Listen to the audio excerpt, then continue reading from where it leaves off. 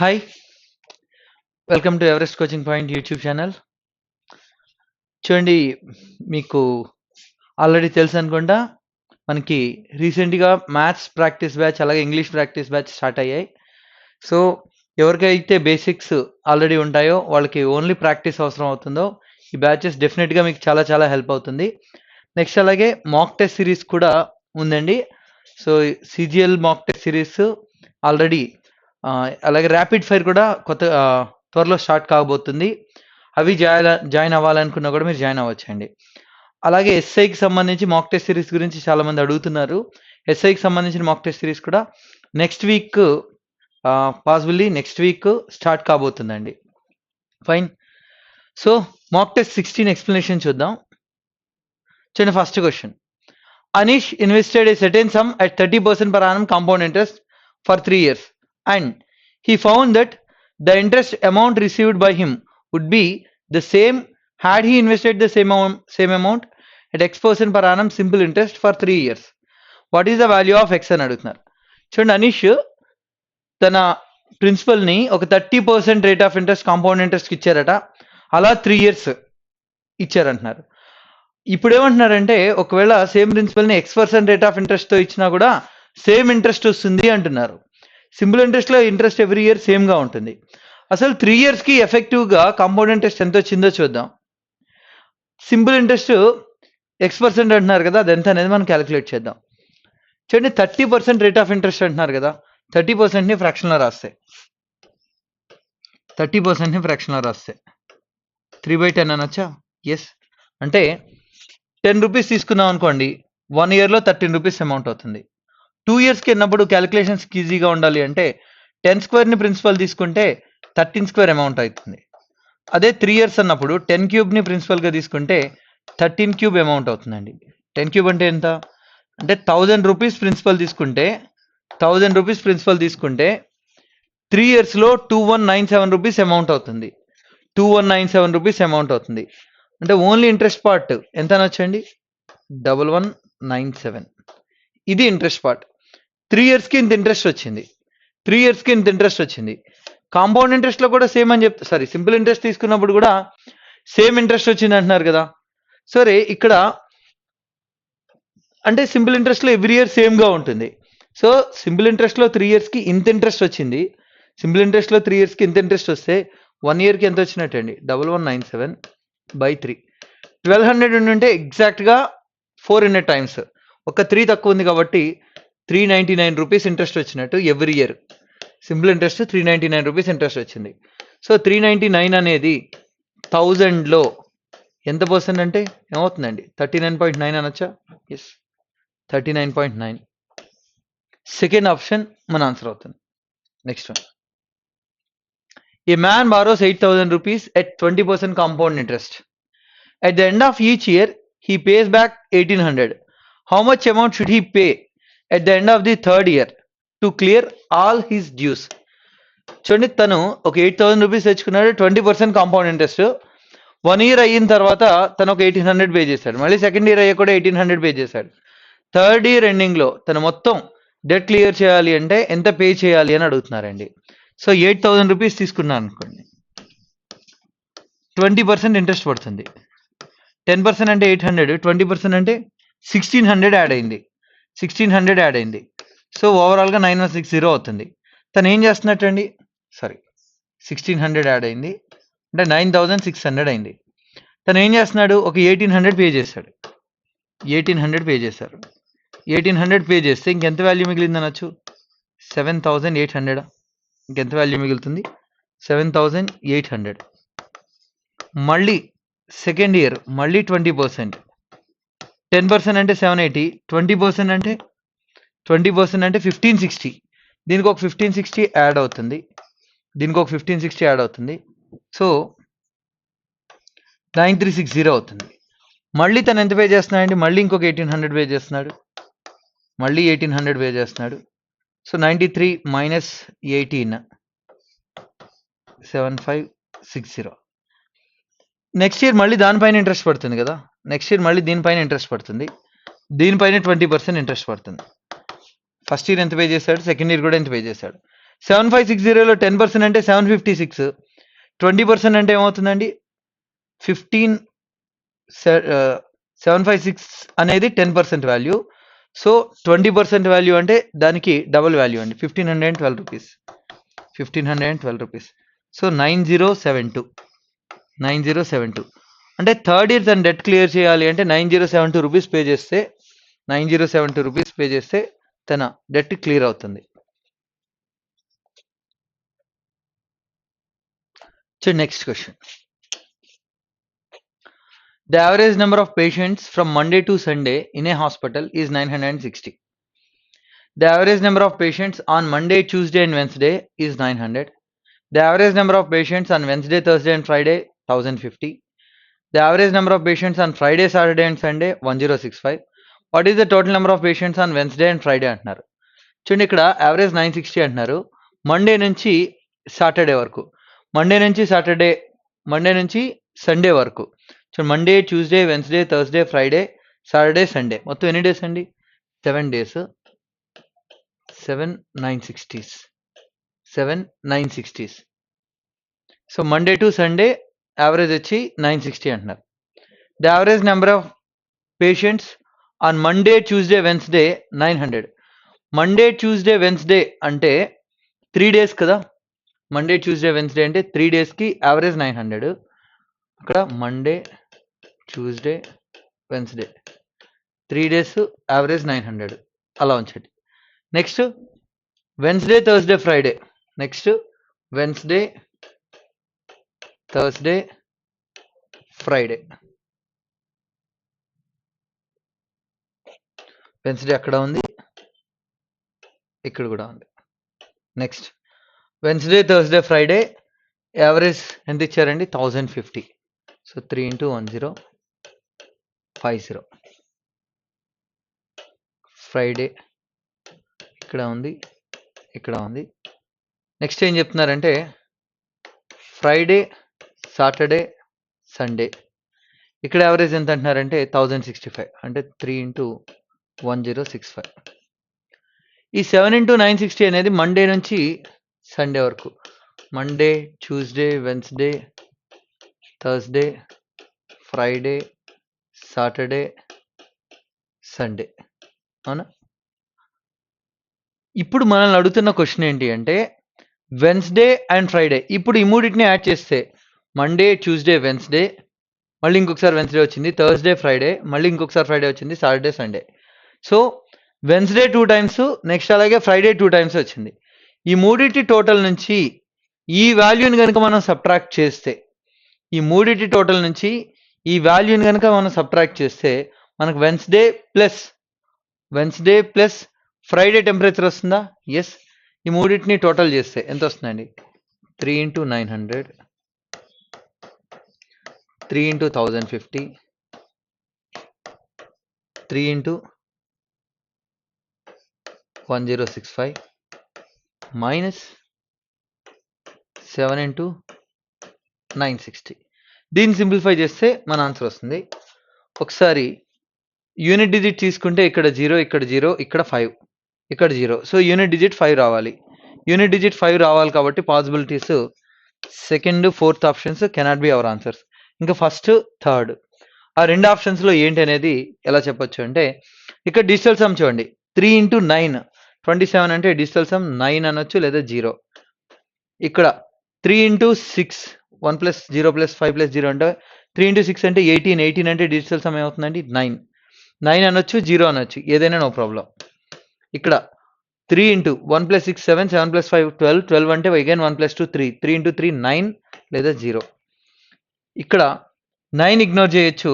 7 6 అంటే 42 అంటే 6. 9 minus 6 అంటే 3 డిజిటల్ సమ్ రావాలి. డిజిటల్ సమ్ 3 రావాలి. ఇక్కడ 3 2s are 6, 6 plus 5 అంటే 11 అంటే 2 వస్తుంది, నో. ఇక్కడ చూడండి 2 plus 2 plus 5 9 ఇగ్నోర్ చేస్తే digital sum 3. So digital sum match అయ్యేది ఓన్లీ థర్డ్ ఆప్షన్ మన ఆన్సర్ అవుతుంది. Next one. In a triangle ABC, D is a point on side BC such that BD is to DC equal to 4:5. Perpendiculars from point D are drawn on side AB and AC at a point E and F respectively, such that DE equal to 12 and DF equal to 20. Find the ratio of the sides AB and AC అంటున్నారు. చూడండి,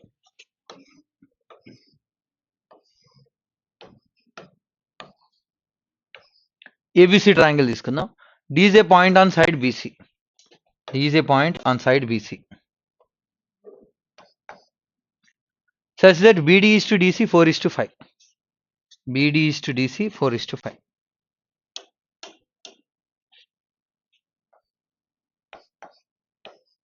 ఇది 4 parts ఉంటే ఇది 5 parts. Perpendiculars from point D are drawn on side AB and AC. ఇక్కడ నుంచి perpendiculars draw చేశారండి ఏబికి అలాగే ఏసీకి.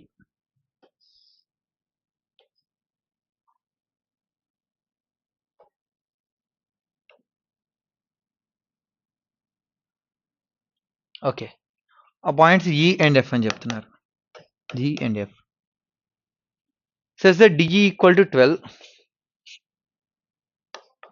DF equal to 20.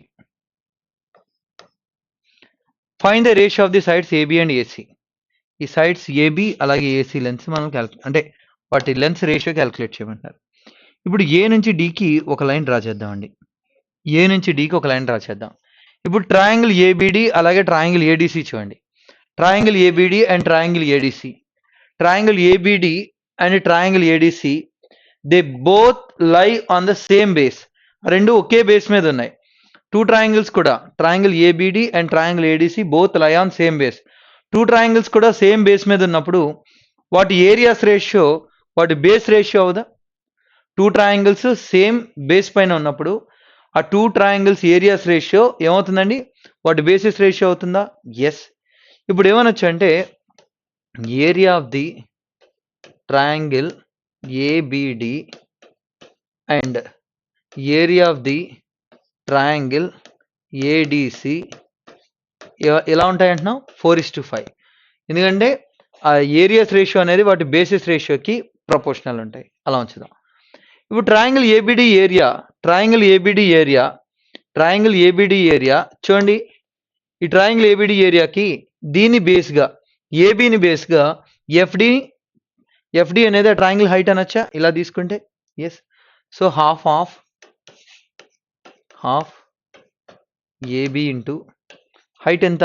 FD value 12. Next ఇక్కడ కూడా ఈ ట్రయాంగిల్ ఏడిసి ట్రయాంగిల్ ఏరియా దీని బేస్ ఇది హైట్ తీసుకుంటే హాఫ్ ఏసి ఇంటూ హైట్ 20. రెండిట్లో హాఫ్ క్యాన్సిల్ అయిపోతుందా? ఎస్. 4 ఇందులో 3 times, 5 ఇందులో 4 times. ఆ 4 అటు 5 ఇటు. సో ఏబి బై ఏసి ఏమవుతుందో చూడండి. 4/3 లేదా 4:3. సో మన ఆన్సర్ ఏమవుతుందండి? థర్డ్ ఆప్షన్ మన ఆన్సర్ అవుతుంది. Next one, XYZ is an equilateral triangle and ZL is interior angle bisector of angle Z. L being a point on line XY, if LZ is produced to Q such that ZX equal to ZQ, then angle LXQ is equal to అని అడుగుతున్నారు. XYZ is an equilateral triangle అంటున్నారు. XYZ is an equilateral triangle అంటున్నారు.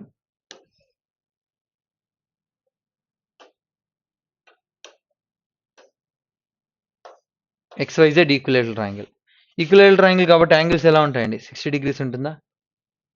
ఇక్కడ angle 60, ఇక్కడ angle 60, ఇక్కడ angle కూడా 60.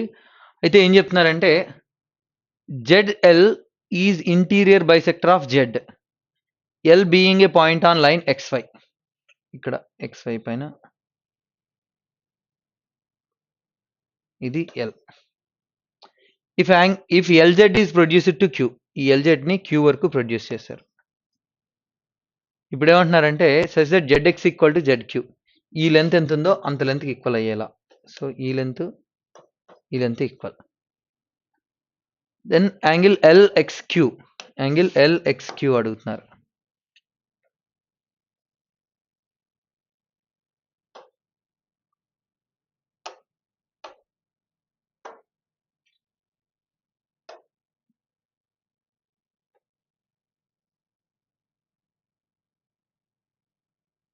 So మనల్ని L X Q అంటే ఇక్కడ ఈ టోటల్ యాంగిల్ చెప్పాలి.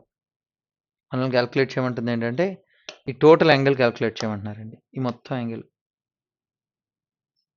సో ఇక్కడ ఆల్రెడీ 60యా, ఇది యాంగులర్ బైసెక్టర్ కాబట్టి, ఏమవుతుందో చెప్తారా? ఇక్కడ 30 degrees, ఇక్కడ కూడా 30 degrees. చూడండి, ఇక్కడ ఈ 2 sides ఈక్వల్ అంటే ఇక్కడ యాంగిల్ ఎంతైతే ఉంటుందో, సేమ్ యాంగిల్ ఇక్కడ కూడా ఉంటుంది కదా. ఎందుకంటే ఈ 2 sides ఈక్వల్ అయినప్పుడు ఐసోస్సెలస్ ట్రయాంగిల్లో 2 sides ఈక్వల్గా ఉంటే దానికి ఆపోజిట్ యాంగిల్స్ ఈక్వల్గా ఉంటాయి. సో ఇది ఆల్ఫా, ఇది ఆల్ఫా. చూడండి, ఈ 30 degrees ఏదైతే ఉందో ఆ 30 degrees అనేది మనకి ఎక్స్టీరియర్ యాంగిల్ అవుతుందా? ఎక్స్టీరియర్ యాంగిల్ అనేది సమ్ ఆఫ్ 2 ఇంటీరియర్ యాంగిల్స్కి, అంటే alpha plus alpha equal to 30 అనొచ్చా? Alpha plus alpha equal to 30, 2 alpha equal to 30, లేదా ఆల్ఫా ఈక్వల్ టు ఏమవుతుందండి 15 degrees. ఆల్రెడీ ఇక్కడ 60, మళ్ళీ ఇంకొక 15 యాడ్ అవుతుంది. ఆల్రెడీ 60 ఉంది, ఇంకొక 15 యాడ్ అవుతుంది. సో టోటల్ యాంగిల్ ఎంత అనొచ్చండి? ఎల్ఎక్స్క్యూ యాంగిల్ ఎంత అవుతుందండి? 75 degrees. Next one, if AB minus 1 by B equal to CB minus 1 by C equal to AC minus 1 by A, then find the value of A by C plus B by A plus C by B అంటున్నారు. ఒక్కసారి సైక్లిక్గా ఉంది కాబట్టి ఒకసారి చూడండి, A equal to B equal to C తీసుకుంటే satisfy అవుతుందా? A equal to B equal to C తీసుకుంటే ఇక్కడ అన్ని ఏలో పెట్టుకున్నాం అనుకోండి, A² - 1 by A, A² - 1 by A, A² - 1 by A. Yes, perfect, సరిపోయింది. సో అన్నీ ఈక్వల్ తీసుకుంటే సరిపోతుంది. So A by A plus A by A plus A by A, 1 by 1 plus అంటే A by A plus A by A plus A by A అంటే 1 plus 1 plus 1, 3 అవుతున్నాయి. Next, a tree breaks due to the storm and top of the broken part touches the ground, making an angle of 30 degrees with the ground. The distance from the foot of the tree to the point where the top touches the ground is 10 meters. Find the height of the tree అని అంటున్నారండి. Find the height of the tree.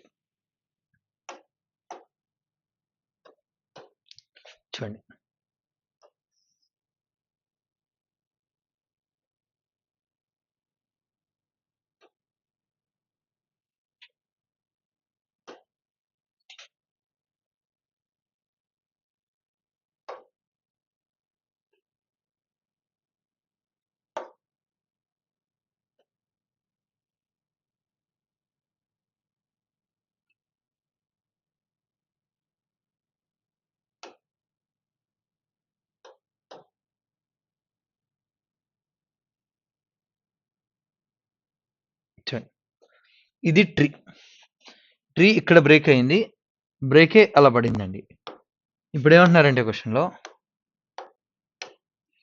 ఇది 10 meters అని చెప్తున్నారు. ఇక్కడ angle making angle of 30 degrees with the ground అంటున్నారు కదా. ఇక్కడ angle 30 degrees. So ఇది 30 అంటే ఇక్కడ యాంగిల్ ఏమవుతున్నట్టు అండి? 60 అనా? చూడండి, 30, 60, 90 ట్రయాంగిల్ రైట్ మనకి హైట్స్ అండ్ డిస్టెన్సెస్లో ఈ ట్రయాంగిల్స్ వాటికి సంబంధించిన రేషియోస్ చాలా చాలా ఇంపార్టెంట్, చాలా ఫ్రీక్వెంట్గా అడుగుతారు క్వశ్చన్స్. 30, 60, 90 వాటి సైడ్స్ 30కి ఆపోజిట్గా ఉన్న సైడ్ ఇలా ఉంటే 60కి ఆపోజిట్గా ఉండేది √3 times, 90కి ఆపోజిట్గా ఉండేది 2, ఈ రేషియోలో ఉంటాయి. ఇక్కడ 60కి ఆపోజిట్గా ఉండేది 10 అయితే 60కి ఆపోజిట్గా ఉండేది ఉంది, 30కి ఆపోజిట్గా ఉండేది చెప్పాలంటే దీనికి √3 చేయాలి కదా. సో ఇక్కడ ఇది ఎంత అవుతుందని వచ్చండి? 10/√3 అనొచ్చా? ఎస్, 10/√3. 30కి ఆపోజిట్గా ఉండేది 10/√3, 30కి ఆపోజిట్గా ఉండేది 10/√3, 90కి ఆపోజిట్గా ఉండేది దీనికి డబుల్ ఉంటుందా? 20/√3. So total height of the tree అంటే ఏమవుతుందండి? ఇది ఇక్కడ బ్రేక్ అయిపోయి ఇలా పడిపోయింది. సో ఈ టోటల్ 10/√3 ప్లస్ 20/√3 అనేది హైట్ ఆఫ్ ది ట్రీ అవుతుంది అనొచ్చా? 10/√3 ప్లస్ 20/√3, 10/√3 ప్లస్ 20/√3 ఏమవుతుందండి? 30/√3. 30/√3 అంటే 10 into 3 అందాం, 10 into 3/√3, ఇందులో √3 times 10√3 10√3. Fourth option మన ఆన్సర్ అవుతుంది. Next one. A prism has a regular hexagonal base with side 6 centimeters. Total surface area of the prism is 216√3 square centimeters. What is the height of the prism అని అడుగుతున్నారండి. చూడండి, prism total surface area. Prism total surface area అంటే lateral surface ఏరియాతో పాటుగా 2 times base area. ప్రిజంకి total surface area అంటే అది hexagonal base అంటున్నారు. హెక్సాగనల్ బేస్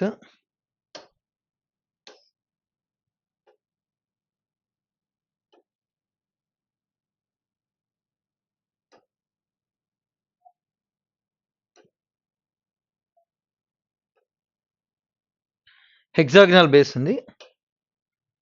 ఎంతని చెప్తున్నారంటే each side 6 centimetres. Side 6 centimetres. So total surface area అంటే lateral surface area plus 2 times base ఏరియానా? ఎస్. లేటరల్ సర్ఫేస్ ఏరియా అంటే ఏమవుతుందండి? చుట్టూ ఉండే ఏరియా. సో పెరిమీటర్ మనం హైట్తో మల్టిప్లై చేస్తే అప్పుడు అది లేటరల్ సర్ఫేస్ ఏరియా. పెరిమీటర్ వచ్చి హెక్సాగనల్ షేప్ కాబట్టి 6 times ఇది పెరిమీటర్ ఇంటూ హైట్. అది మనకు తెలియదండి. లేటరల్ సర్ఫేస్ ఏరియా అంటే పెరిమీటర్ ఇంటూ హైట్. పెరిమీటర్ అంటే 6 times of side into height. 2 times base area కదా. బేస్ ఏ షేప్లో ఉంది? హెక్సాగనల్ షేప్లో ఉంది. హెక్సాగన్ ఏరియా ఏమవుతుందండి? 6 times of equilateral triangle area. 6 times of √3/4 A square. Side ఎంత అక్కడ? 6 కదా. 6 స్క్వేర్ లేదా 36 అలా ఉంచండి. Equal to total surface area క్వశ్చన్లో వాళ్ళే ఇచ్చేసారు 216√3. 216√3. ఇప్పుడు చూడండి, ఇక్కడ 36 ఇందులో ఎన్ని టైమ్స్ అనొచ్చు? 6√3 అనొచ్చా? ఎస్. 4 12 ఎన్ని టైమ్స్ అండి? 3√3. ఎస్. ఈ 3√3 కనుక అటు వెళ్ళిపోతే హెచ్ ఉంది కదా, 6√3 ఉంది లెఫ్ట్ సైడ్, ఇక్కడ హెచ్ ప్లస్ 3√3. 3√3 కనుక అటు వెళ్ళిపోతే 6√3 మైనస్ 3√3. 6√3 మైనస్ 3√3. సో ఎంత అని చెప్పొచ్చండి? 3√3 centimetres. Height of the prism ఏమవుతుందంటే 3√3 centimetres. Next. A hollow cylinder is made up of copper. The difference between its outer and inner curved surface areas is 1232 square centimetres.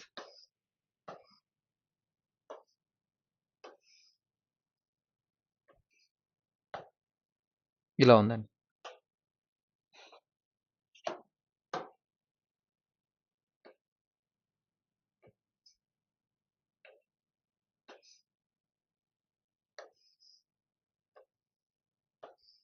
Fine. ఇప్పుడు ఏమంటున్నారంటే cylinder holds 4312 cubic centimetres water. So అంటే πr²h volume. ఇప్పుడు మనకి ఎంత water hold చేస్తుందన్నారంటే 4312. ఇక్కడ water మనకి ఎక్కడ fill అవుతుందండి? ఈ ఇన్నర్ పార్ట్ కదా. ఆ ఇన్నర్ పార్ట్ అంటే inner cylinder volume water volume అనొచ్చండి. ఇన్నర్ సిలిండర్ వాల్యూమ్ ఏదైతే ఉందో అది వాటర్ వాల్యూమ్. సో ఇక్కడ ఆర్ తీసుకుంటే ఇది πr². ఇన్నర్ రేడియస్ ఆర్ అనుకుంటున్నాం. ఇది 4312. ఇది 4312. ఇన్నర్ సర్ఫేస్ ఏరియా కూడా ఇచ్చేసారు క్వశ్చన్లో. మనకి క్వశ్చన్లో ఇన్నర్ సర్ఫేస్ ఏరియా కూడా ఇచ్చారు. Inner surface area, inner curved surface area ఎంత అని చెప్తున్నారండి? Sorry, difference between outer and inner curved surface area. అవుటర్కి రేడియస్ ఇక్కడ ఆర్ అనుకుంటే, అవుటర్కి రేడియస్ ఆర్ అనుకుంటే మొత్తం. సో కర్వ్డ్ సర్ఫేస్ ఏరియా అంటే అవుటర్ డిఫరెన్స్ అండి. Outer curved surface area minus inner curved surface area 1232 అంటున్నారు. So 2πrh minus 2πrh equal to ఎంత? 1232. 1232. ఈ డేటా మనకి ఇచ్చారు. ఇచ్చి మనల్ని ఏమడుగుతున్నారంటే cost of copper 12 cubic centimetres. అక్కడ హెచ్ కూడా ఇచ్చేసారండి. హైట్ 28 కూడా ఇచ్చేసారు. అందులో మనం సబ్స్టిట్యూట్ చేయొచ్చు. సబ్స్టిట్యూట్ చేస్తే దీని నుంచి స్మాల్ ఆర్ వాల్యూ వస్తుంది. ఆ వాల్యూస్ ఇక్కడ సబ్స్టిట్యూట్ చేస్తే క్యాపిటల్ ఆర్ వాల్యూ కూడా వస్తుంది. Fine. Cost of copper used in cylinder అంటున్నారు. సో కాపర్ కాస్ట్ ఎంత మనం చెప్పాలి అంటే ఎంత వాల్యూమ్ ఆఫ్ కాపర్ యూజ్ అయిందో మనకు తెలియాలి. కాపర్ ఎన్ని సెంటీమీటర్ క్యూబ్ యూజ్ అయిందో మనకు తెలియాలి. ఇంటూ 12 చేస్తే మన ఆన్సర్ వస్తుంది. ఇంటూ 12 చేస్తే మన ఆన్సర్ వస్తుంది. సో కాపర్ వాల్యూమ్ అంటే outer cylinder volume minus inner cylinder volume. Inner cylinder volume డైరెక్ట్గా ఉంది మన దగ్గర. అవుటర్ సిలిండర్ వాల్యూమ్ నుంచి ఇన్నర్ సిలిండర్ వాల్యూమ్ సబ్ట్రాక్ట్ చేస్తే అప్పుడు కాపర్ వాల్యూమ్ వస్తుంది. దానిని మనం ఇంటూ 12 చేస్తే అప్పుడు మన ఆన్సర్ అవుతుంది. అంతేనా? ఇక్కడ జాగ్రత్తగా చూడండి.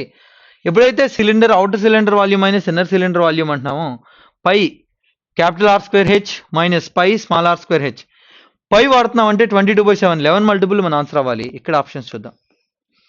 13 + 2 15. ఇక్కడ 13 cannot be our answer. 11 14 12 13 no cannot be our answer. 12 12 possibility ఉంది. నెక్స్ట్ 4 + 5 9 8 + 1 9 పాసిబిలిటీ ఉంది. సో ఈ రెండు 11 మల్టిపుల్స్ అవుతున్నాయి. ఇచ్చిన డేటాలో ఈ రెండు 11 మల్టిపుల్స్ అవుతున్నాయి. ఇప్పుడు వాల్యూమ్ని మళ్ళీ మనం దేంతో మల్టిప్లై చేస్తున్నాం? ఓకే, వాల్యూమ్ వచ్చింది. కాపర్ వాల్యూమ్ ఎంతో వచ్చింది. కాపర్ వాల్యూమ్ని మళ్ళీ ఎంతతో మల్టిప్లై చేస్తున్నాం? ఇంటూ 12 చేస్తున్నాం కదా. ఇంటూ 12 చేస్తున్నాం కదా. ఇంటూ 12 చేస్తున్నాం అంటే ఈవెన్ నెంబర్ రావాలి క్లియర్గా. సో మన ఆన్సర్ 4th ఆప్షన్. 11 మల్టిపుల్ అవుతూ అది ఖచ్చితంగా ఈవెన్ నెంబర్ కూడా అవ్వాలి కాబట్టి మన ఆన్సర్ ఏమవుతుందండి? 4th ఆప్షన్ మన ఆన్సర్ అవుతుంది. Next one. In an election, out of the total number of voters in constituency, 65% are male voters and the rest are female voters. If 60% of the males are employed and 60% of the female are unemployed, then the number of unemployed males are what percentage more or less than the number of employed females అని అడుగుతున్నారు. Fine. Males ఎంత percent ఉన్నారు? 65%.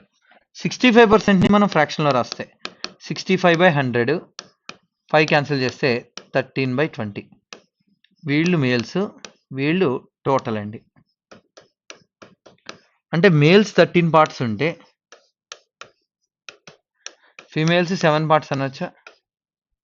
Males 13 parts ఉంటే females ఎన్ని parts ఉంటున్నారు? 7 parts. ఇప్పుడు ఏమంటున్నారంటే క్వశ్చన్లో number of unemployed males males ఉన్నది 13. 60% of the males are employed అంటే అన్ఎంప్లాయిడ్ ఎంత పర్సెంట్ ఉన్నట్టండి? 40%.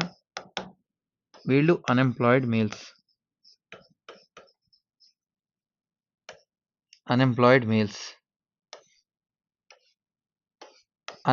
మేల్స్కి next what percent more or less then the number of employed females అంటున్నారు. Number of employed females. Okay, females ఉన్నది 7 పార్ట్స్. అందులో 60% of the females are unemployed. 60% unemployed అంటే employed ఎంత వచ్చండి? 40%. ఎస్, ఈ వాల్యూ కన్నా ఇది మనకు రేషియో తీసుకుంటే 40% క్యాన్సిలా? ఎస్. 7 కన్నా 13 ఎంత పర్సెంట్ ఎక్కువ అని అడుగుతున్నారండి. 7 కన్నా 13 ఎంత పర్సెంట్ ఎక్కువ అని అడుగుతున్నారు. 7 కన్నా 13 ఎంత ఎక్కువ ఉంది? 6/7. 1/7 అంటే 14 2/7. 2/7 అంటే 28 4/7. 3/7 అంటే 42 6/7. 4/7 అంటే 51 3/7 అండ్ సో ఆన్. 4/7 అంటే 57 1/7. అలాగే 5/7 అంటే 71 3/7.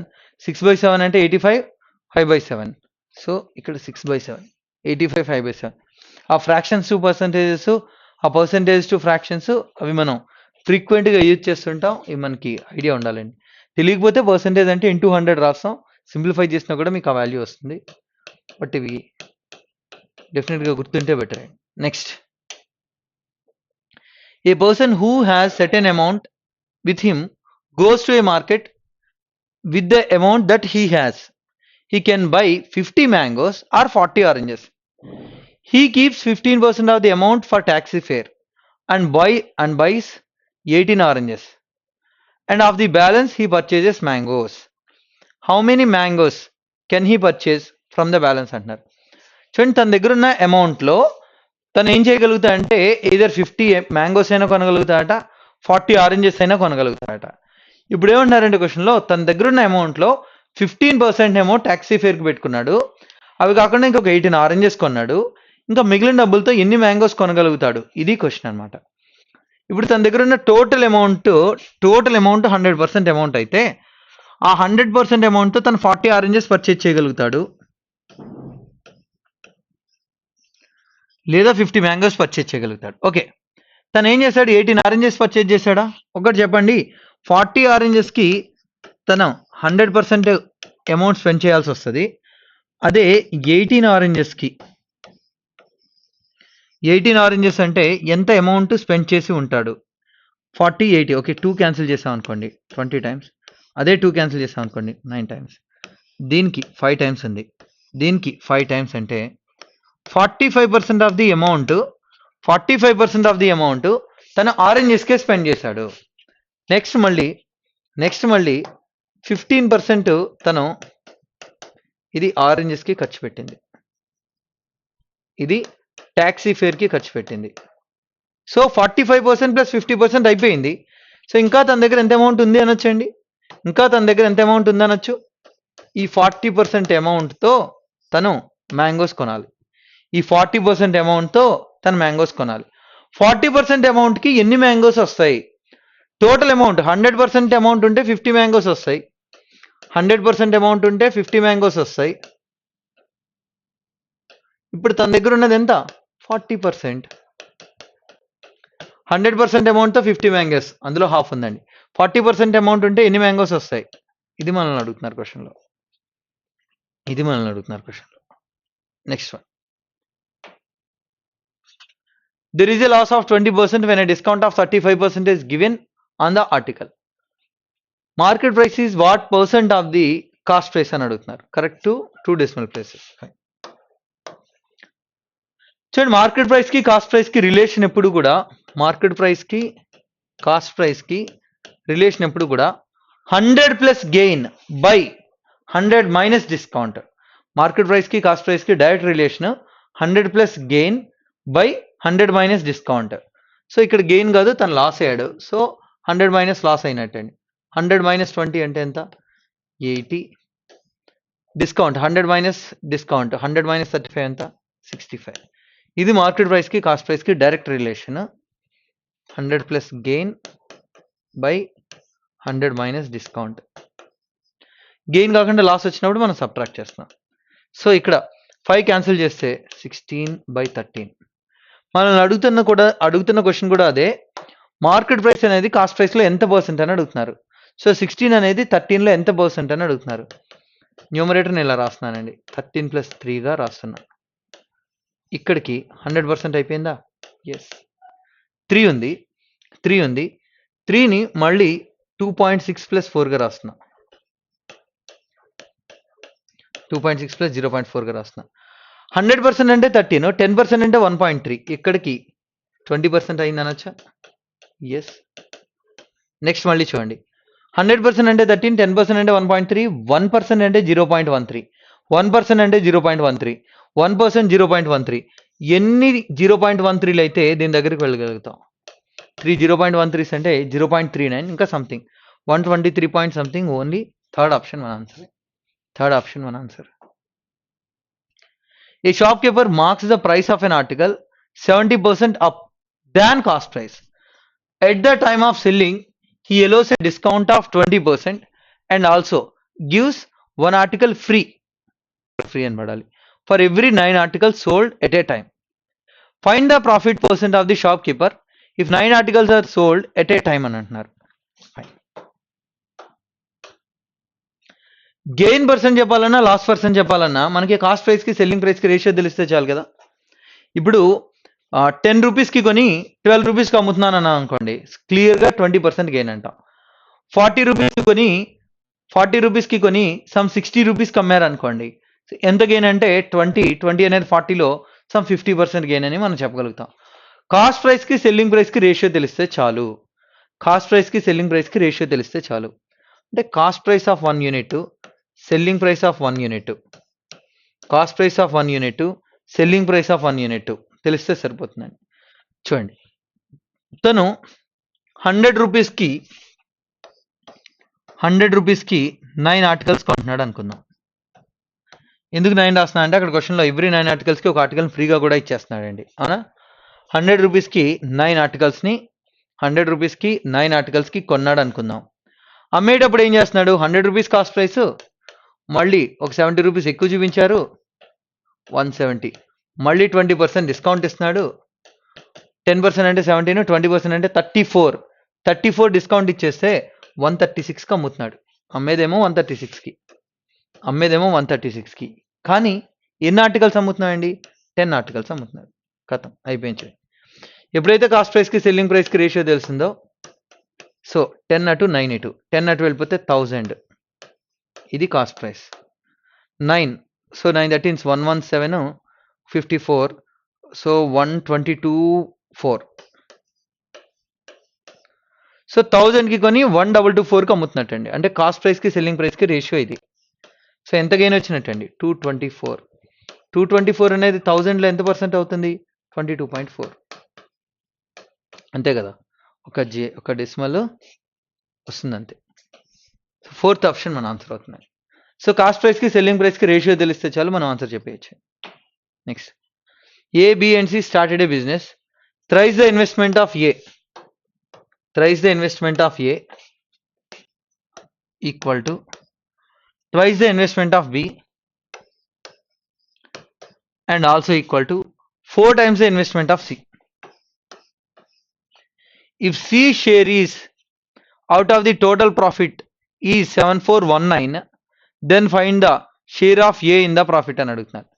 C ఇప్పుడు 3A ఈక్వల్ టు 4C కదా. సో ఈ రెండింటినే కనుక మనం తీసుకుంటే A/C ఈక్వల్ టు ఏమవుతుందండి? A/C ఈక్వల్ టు ఏమవుతుంది? C ఇటు 3 అటు 4/3. అవునా? అంటే C షేర్ 3 పార్ట్స్ అయితే A షేర్ 4 పార్ట్స్. మనకి క్వశ్చన్లో C షేర్ ఇచ్చేసారు 7419 అని, A షేర్ అడుగుతున్నారు. అంటే 3 పార్ట్స్ అనేది 7419 అయితే A షేర్ 4 పార్ట్స్ అనేది ఎంత? చూడండి, 3 పార్ట్స్ అనేది 7419 అయితే 4 పార్ట్స్ అంటే 3 కన్నా 4 ఎన్ని పార్ట్స్ ఎక్స్ట్రా కనిపిస్తుంది? 3 కన్నా 4 ఎన్ని పార్ట్స్ ఎక్స్ట్రా కనిపిస్తుంది? 1 పార్ట్ ఎక్స్ట్రా ఉంది. 1 పార్ట్ ఎక్స్ట్రా ఉంది అంటే ఇక్కడున్న వాల్యూ కన్నా ఒక 1/3 ఎక్స్ట్రా ఉంది అనొచ్చా? ఇక్కడున్న వాల్యూ కన్నా ఒక 1/3 ఎక్స్ట్రా ఉంది. సేమ్ ఇక్కడ కూడా అప్లై చేస్తే 1/3 అప్లై చేస్తే, సో 24 3s 72, ఇంకొక 21 7 3, సో 9 8 7 8 వస్తుంది. బట్ ఇక్కడ 9892, 9892. ఎస్, ఫస్ట్ ఆప్షన్ మన ఆన్సర్ అవుతుంది. Next question, 2A plus 3B is to 2B plus 3C is to 2C plus 3A equal to 14 is to 11 is to 10 and A plus B plus C equal to 7. Then find the value of 1/A is to 1/B is to 1/C అంటున్నారు. Okay, ఒకసారి చూద్దాం. 2A plus 3B is to 2B plus 3C is to 2C plus 3A. ఈ మూడింటిని మనం add చేస్తాం అనుకోండి. మూడింటిని add చేస్తే 2A అక్కడ ఒక 3A 5A, 3B ఇక్కడ ఒక 2B 5B, 3C అక్కడ ఒక 2C 5C equal to 14 plus 11 25 plus 10 35. So A plus B plus C 7. So ఈ డేటా మనకు అసలు అవసరం లేదు, ఇక్కడ కూడా అదే వచ్చింది. అవునా? A plus B plus C ఎంత వచ్చిందండి? 7 వచ్చింది. అలా ఉంచండి. ఇప్పుడు క్వశ్చన్లో డేటా చూద్దాం. మనల్ని 1/A is to 1/B is to 1/C అడుగుతున్నారు. అంటే A is to B is to C తెలిస్తే దాని నుంచి ఆటోమేటిక్గా మనం 1/A is to 1/B is to 1/C చెప్పొచ్చండి. గుడ్. ఫస్ట్ డేటా ఒక్కటే చూడండి. 2A plus 3B ఎంత ఉంది? అక్కడ 14 కనిపిస్తుంది. దీన్ని ఒకసారి హాఫ్ చేశాను అనుకోండి. ఈ పార్ట్ ఒక్కటి నేను హాఫ్ చేస్తే A plus 1.5B 7 అనొచ్చా? అక్కడ 14 ఉంది కదా, ఫస్ట్ పార్ట్ అక్కడ 14 ఉంది కదా, దీన్ని హాఫ్ చేశాను. హాఫ్ చేస్తే ఇలా అనొచ్చా? Yes. A plus 1.5B equal to 7, కానీ A plus B plus C కూడా 7. అంటే A plus 1.5 of B equal to A plus B plus C అనొచ్చా? Yes. A gets cancel.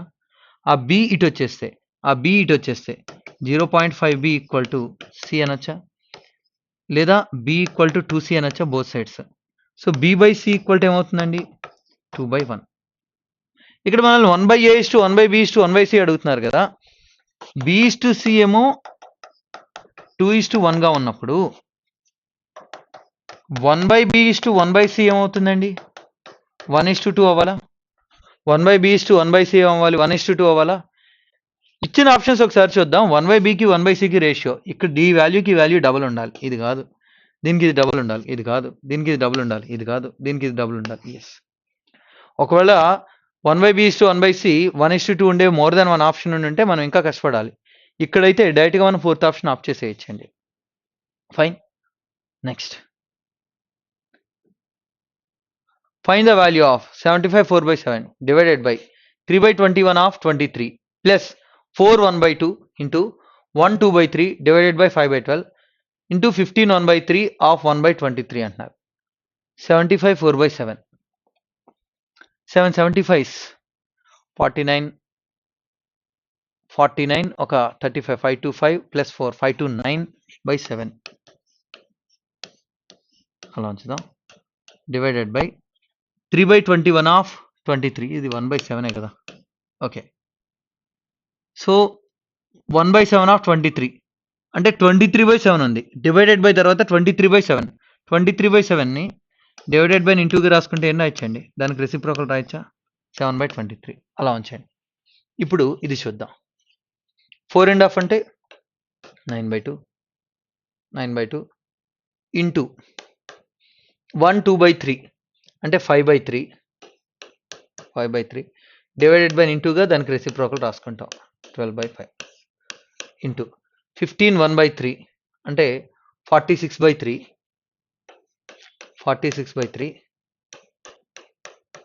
Of 2 times. దాన్ని అలా ఉంచుదాం. ఇది క్యాన్సిల్. 3 2 6 ఇందులో 2 టైమ్స్ 2/3 కదా. ఇది ఇందులో మళ్ళీ 3 టైమ్స్ 3 2 6 6 2 12 23 + 12 23 + 12 ఏమవుతుందండి 35.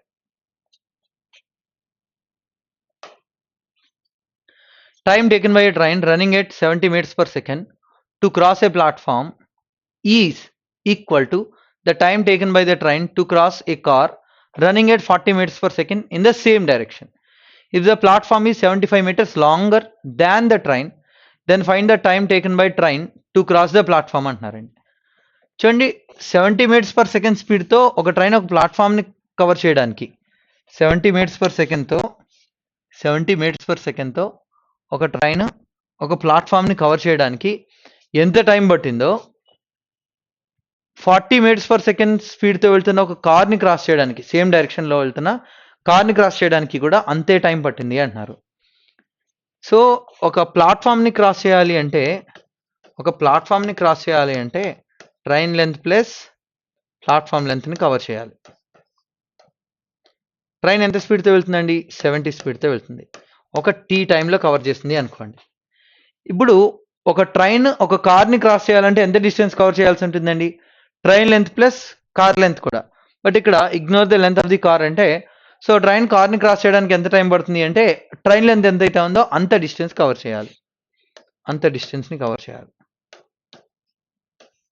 సో ఆ ఓన్లీ ట్రైన్ లెంత్ని కవర్ చేయడానికి ట్రైన్ స్పీడ్ ఏమో 70, కార్ స్పీడ్ ఏమో 40, బట్ సేమ్ డైరెక్షన్ అంటే రిలేటివ్ స్పీడ్ ఎంత అవుతున్నట్టు అండి 30 ఇంటూ సేమ్ టైం అని చెప్తున్నారు కదా. ఎస్. సో ఇప్పుడు ఏమనొచ్చు అంటే ఇది ట్రైన్ లెంత్ అవుతుంది, ఇది train length plus platform length అవుతుంది. రేషియో తీసుకుంటే ఇది క్యాన్సిల్ అయిపోతుంది, 0 0 క్యాన్సిల్. అంటే train length plus platform length అనేది 7 పార్ట్స్ ఉంటే ట్రైన్ లెంత్ అనేది 3 పార్ట్స్ ఉన్నట్టండి. Train length plus platform length అనేది 7 పార్ట్స్ ఉంటే ట్రైన్ లెంత్ ఎంత ఉన్నట్టు అంటే 3 పార్ట్స్ ఉన్నట్టు. నెక్స్ట్ ఇప్పుడు క్వశ్చన్లో సో ఓన్లీ ట్రైన్ లెంత్ ఏమో 3 parts, train length plus platform length ఏమో 7 parts. So only train length ఏమో 3 parts, train length plus platform length ఏమో 7 పార్ట్స్. సో ప్లాట్ఫామ్ లెంత్ ఎంత అని వచ్చండి 4 పార్ట్స్ అని వచ్చా. ఎస్. క్వశ్చన్లో చెప్తున్నారు ట్రైన్ లెంత్ కన్నా ప్లాట్ఫామ్ లెంత్ ఒక 75 మీటర్స్ ఎక్కువ అని చెప్తున్నారు. సో 1 పార్ట్ అనేది 75 మీటర్స్ అయితే so train length plus platform, ఎందుకంటే క్వశ్చన్లో ప్లాట్ఫామ్ని కవర్ చేయడానికి ఎంత టైం పడుతుంది అంటే train length plus platform length కలిపి ఎంత? 1 పార్ట్ అనేది 75 అయితే 7 పార్ట్స్ ఏమవుతుందండి? 775. ఇది some of the lens of the train and platform. ఇప్పుడు ట్రైన్ ఒక ప్లాట్ఫామ్ని కవర్ చేయాలంటే ఎంత స్పీడ్తో కవర్ చేస్తున్నట్టు అండి? ట్రైన్ స్పీడ్ ఎంత? 70. ఇది ఇందులో 10 times. 75/10. 75/10. 7.5 seconds. Next one. Ram and Lakshman can make an artwork in 4 months and 7 months respectively. If the efficiency of Lakan is 14.2/7% more than the efficiency of Ram, in how many months can Lakshman and Lakan make 2/3 parts of this artwork అంటున్నారండి. Ram and Laxman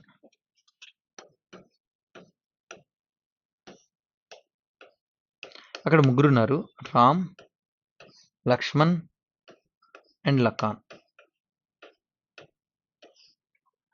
చూడండి ఏమంటున్నారు క్వశ్చన్లో, Ram and Lakshman can make an art work in 4 months and 7 months respectively. Then Ram 4 months అయితే Laxman 7 monthsలో. Time ratio 4:7 అయితే efficiency 7:4. Next ఇంకేం చెప్తున్నారంటే Lakhan is 14.2/7% more than the efficiency of Ram. 14.2/7% అంటే 1/7 value కదా. సో రామ్ కన్నా ఒక 1/7 ఎక్స్ట్రా ఉందట లకాన్కి. రామ్ కన్నా ఒక 1/7 ఎక్స్ట్రా ఉంది అంటున్నారు ఎఫిషియన్సీ. ఒక 1/7 ఎక్స్ట్రా ఉంటే ఎఫిషియన్సీ ఏమవుతున్నట్టండి? 7లో 1/7 పార్ట్ అంటే ఏమవుతున్నట్టు? 1 అవుతున్నట్టు. సో ఒక 1 పార్ట్ ఎక్స్ట్రా లకాన్కి. ఇప్పుడు ఏమంటున్నారంటే క్వశ్చన్లో 2/3 వర్క్ చేయాలట. ఎవరు చేయాలట? లక్ష్మణ్ అండ్ లకాన్కి చేయడానికి. లక్ష్మణ్ అండ్ లకాన్ 2/3 వర్క్ చేయడానికి ఎంత టైం పడుతుంది అంటున్నారు. సో మొత్తం వర్క్ ఎంత అనొచ్చు? 28, 4 7s కదా. అందులో 2/3 వర్క్ చేయాలి. ఇది టోటల్ వర్క్ బై ఎఫిషియన్సీ. ఎవరెవరు చేయాలి? లక్ష్మణ్ అండ్ లకాన్ చేయాలి. 4 ఇందులో 3 times, 4 ఇందులో, సో 14/9. 14/9 months. సెకండ్ ఆప్షన్ మన ఆన్సర్ అవుతుంది. Next one. In a kilometre race A beats B by 40 seconds and B beats C by 20 seconds.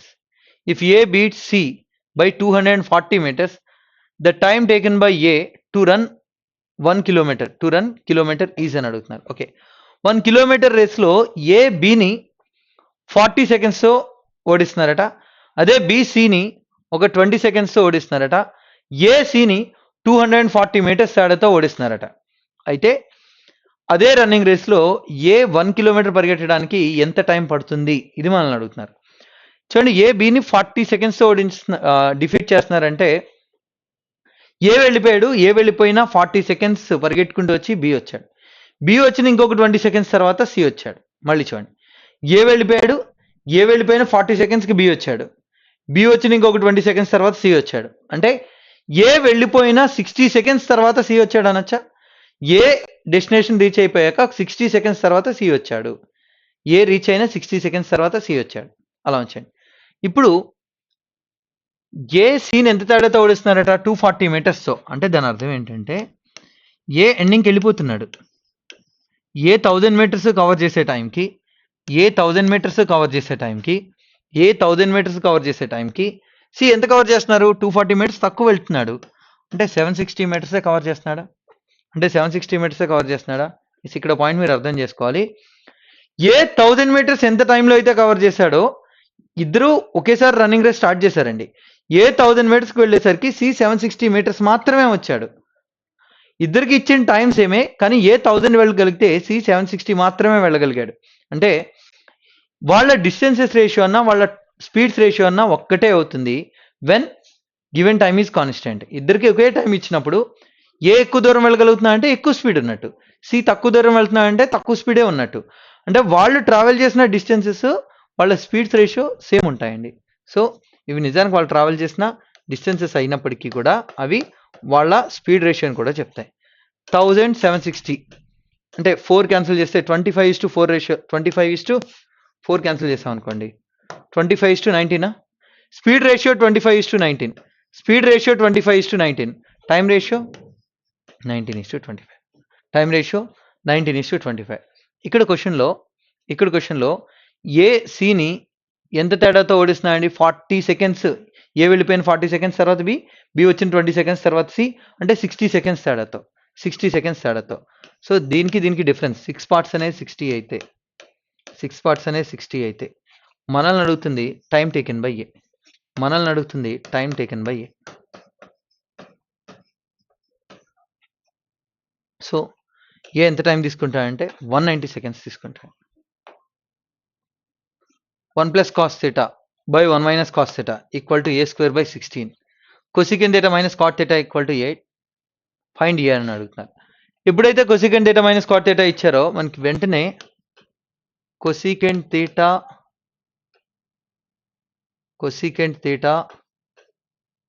Plus cot theta ఇప్పుడు కూడా దానికి రెసిప్రోకల్ అవుతుంది 1/8. ఎందుకంటే cosecant square theta minus cot square theta 1. Cosecant square theta minus cot square theta అంటే cosecant theta plus cot theta into cosecant theta minus cot theta. So cosecant theta plus cot theta and cosecant theta minus cot theta అనేవి ఇప్పుడు కూడా reciprocals ఉంటాయి. ఇప్పుడు ఈ రెండింటిని add చేస్తే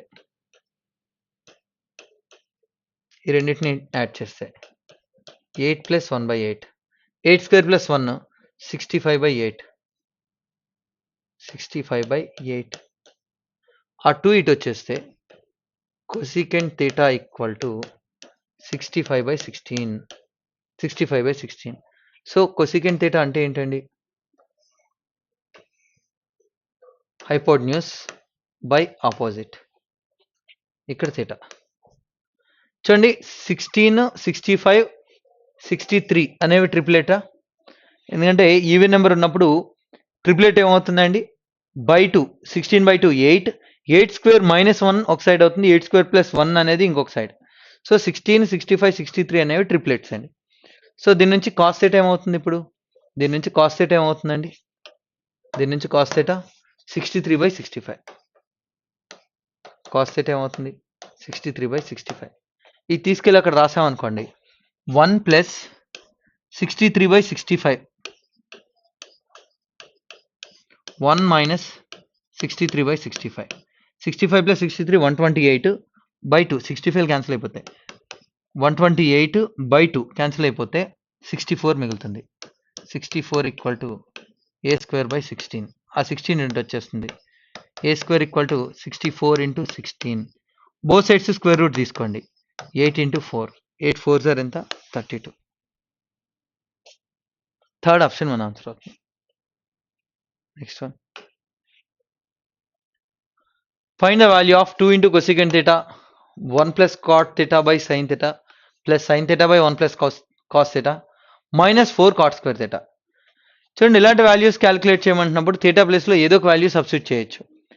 denominator మనకి 0 కాకుండా, డినామినేటర్ 0 వస్తే అన్డిటర్మినేట్ ఫామ్ వస్తుంది కాబట్టి డినామినేటర్ 0 కాకుండా మీరు ఎలాంటి వాల్యూ అయినా సబ్స్టిట్యూట్ చేసుకోవచ్చు.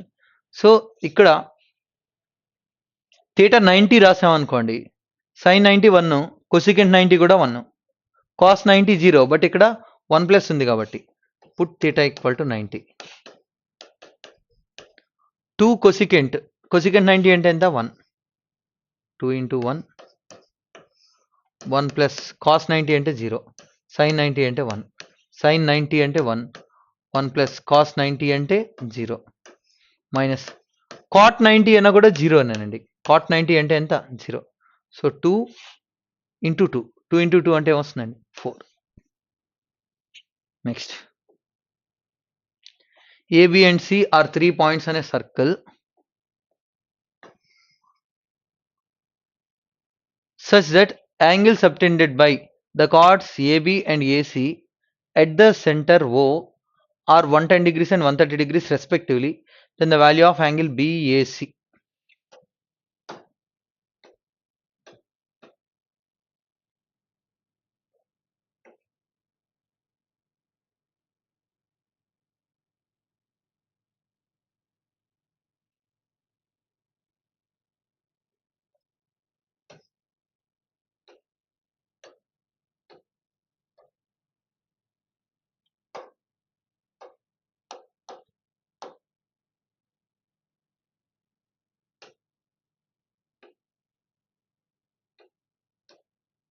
ఓకే, సెంటర్ దగ్గర చేసే యాంగిల్స్.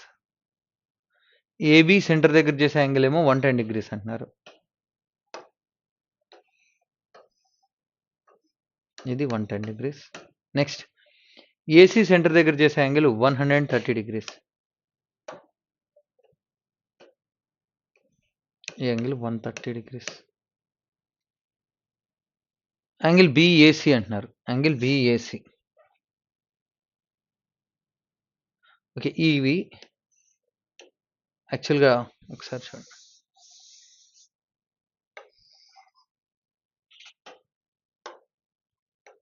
ఏ B C.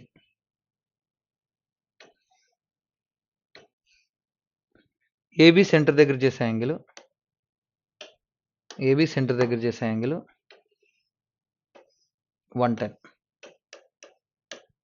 Next AC centre దగ్గర చేసే యాంగిల్ 130. సో 110 + 130, 110 + 130 అంటే 240 పోతుంది. 240 అంటే ఇంకెంత ఉంటుందండి ఇక్కడ? 120 degrees. 120 degrees. ఇప్పుడు ఏబిసి అనేది ఒక ట్రయాంగిల్. ఏబిసి అనే ట్రయాంగిల్కి ఇది సర్కమ్ సర్కిల్ అవుతుందండి. సర్కమ్ సర్కిల్ సెంటర్ దగ్గర యాంగిల్ 120 degrees. సెంటర్ దగ్గర యాంగిల్ 120 degrees. సెంటర్ దగ్గర యాంగిల్, సర్కమ్ సెంటర్ దగ్గర యాంగిల్ 120 degrees ఉంటే, సర్కమ్ సెంటర్ దగ్గర యాంగిల్ 120 degrees ఉంటే వెర్టెక్స్ దగ్గర ఉండే యాంగిల్ ఏమవుతుందండి? దీనిలో హాఫ్ ఉంటుంది అనొచ్చా? ఈ యాంగిల్ ఎంత అవుతుందండి? ఇది 60 degrees. అక్కడ angle 60 degrees. Next one.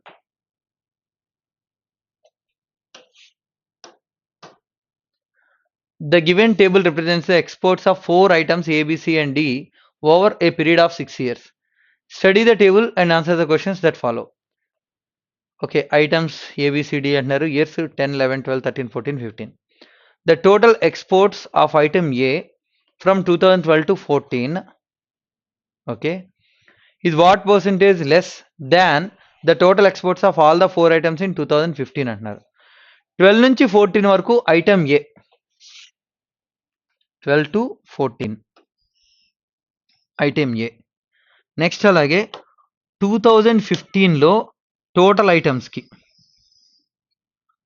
the total exports of item A from 12 to 14 is what percent less than the total exports of all the 4 items in 15. So ఈ టోటల్ కన్నా ఎంత పర్సెంట్ తక్కువ అని అడుగుతున్నారండి.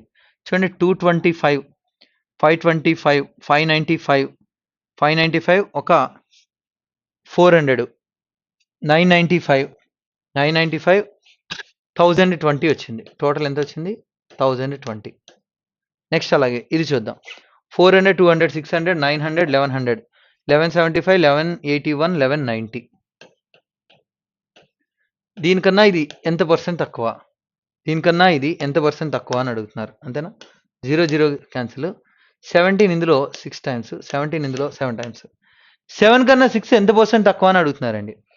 7 కన్నా 6 ఎంత పర్సెంట్ తక్కువ అంటే 1 part 1 అనేది 7లో 1/7 అంటే 14 2/7, 14 2/7 లేదా 14.285714, 285714 and so on, 14.3%. In which year the exports of item D were 1.4 times the average exports of item B during 6 years అని అంటున్నారు. చూడండి, in which year the exports of item D were 1.4 times the exports of item B during the 6 years. Item B ఏదైతే ఉందో ఇది ఈ total, దాని average value ఎంతో కొంత వస్తుందండి. దాన్ని అంతటినీ టోటల్ చేస్తాం బై నెంబర్ ఆఫ్ ఇయర్స్ రాస్తే యావరేజ్ ఎంతో కొంత వస్తుంది. ఆ యావరేజ్ ఏదైతే ఉందో దానికి ఇంటూ 1.4 రాస్తే ఏ వాల్యూకి ఈక్వల్ అవుతుంది అని అడుగుతున్నారు.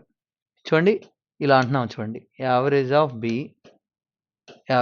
బి దానికి 1.4 టైమ్స్, దానికి 1.4 టైమ్స్ ఎంత ఏ ఇయర్లో అని అడుగుతున్నారు. 1.4 టైమ్స్ అంటే 1.4 టైమ్స్ అంటే 14/10 అనో లేదా 7/5 రాయొచ్చా? 1.4ని ఈ విధంగా రాస్తున్నాం. ఓకే, ఇప్పుడు చూడండి, ఆ యావరేజ్ ఆఫ్ బి ఏదో ఒక వాల్యూ వస్తుంది. 5తో క్యాన్సిల్ అయినా కూడా మనం 7తో మనం మల్టిప్లై చేస్తున్నాం కాబట్టి ఖచ్చితంగా 7 మల్టిపుల్ రావాలా? ఎస్. 2011లో ఐటమ్ డి 2011లో ఐటమ్ డి 7తో డివిజిబుల్ అవుతుందా? 280 అయితే అవుతుంది, 282 అయితే కాదు, ఛాన్స్ లేదు. 2014లో ఐటమ్ డి 309. 309 అంటే 4 7 28 పోతుంది, ఇంకొక 29, అది 7తో డివిజిబుల్ అవ్వట్లేదు. 2013 224, 3 7 21, ఇంకొక 14, ఎస్ 7తో డివిజిబుల్ అవుతుంది, పాసిబుల్. 2012 3 7 21, 37, సో ఇది కూడా పాసిబుల్ కాదు. Only possible option 2013. Only possible option 2013. Next one చదువు.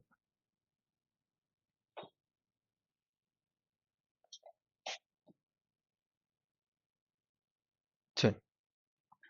The total exports of item D in 2010, 12 and 14 is what percentage of the total exports of all the 4 items in 2011 and 12 అని అడుగుతున్నారు. The total exports of item D in 10, 12 and 14. The total exports of item D in 2010, 12 and 14. ఈ values.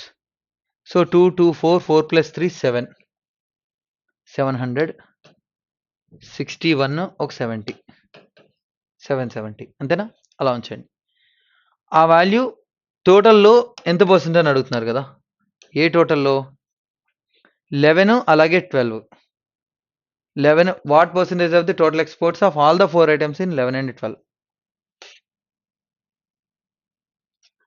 Options అన్నీ కూడా close values ఉన్నాయి. So total చేద్దామండి ఒకసారి. 2 + 1 3, 5, 7, 9, 11, 12, 14. 14 పక్కన 2 రాసుకున్నాం అనుకోండి. 142, 145, 148, 152, 160, 164, 167, 172. 172 పక్కన 0. 1720, 1720, 1724, 1728, 1730, 1730, ఇది ఒక 20, 1750 వస్తుందండి. పర్సెంట్ అంటే ఇంటూ 100 రాస్తున్నాం, అంతేనా? ఎస్. 25 ఇందులో 4 టైమ్సా? 25 ఇందులో 4 టైమ్సా? 0 క్యాన్సిల్ అయిపోతున్నాయి. 25 ఇందులో ఎన్ని టైమ్స్ అండి? 7 టైమ్సా? పర్ఫెక్ట్గా క్యాన్సిల్ అయిపోతుంది. 11 4 సార్ 44%. సో ఇది నెక్స్ట్ మాక్ టెస్ట్తో మళ్ళీ కలుద్దామండి. All the best.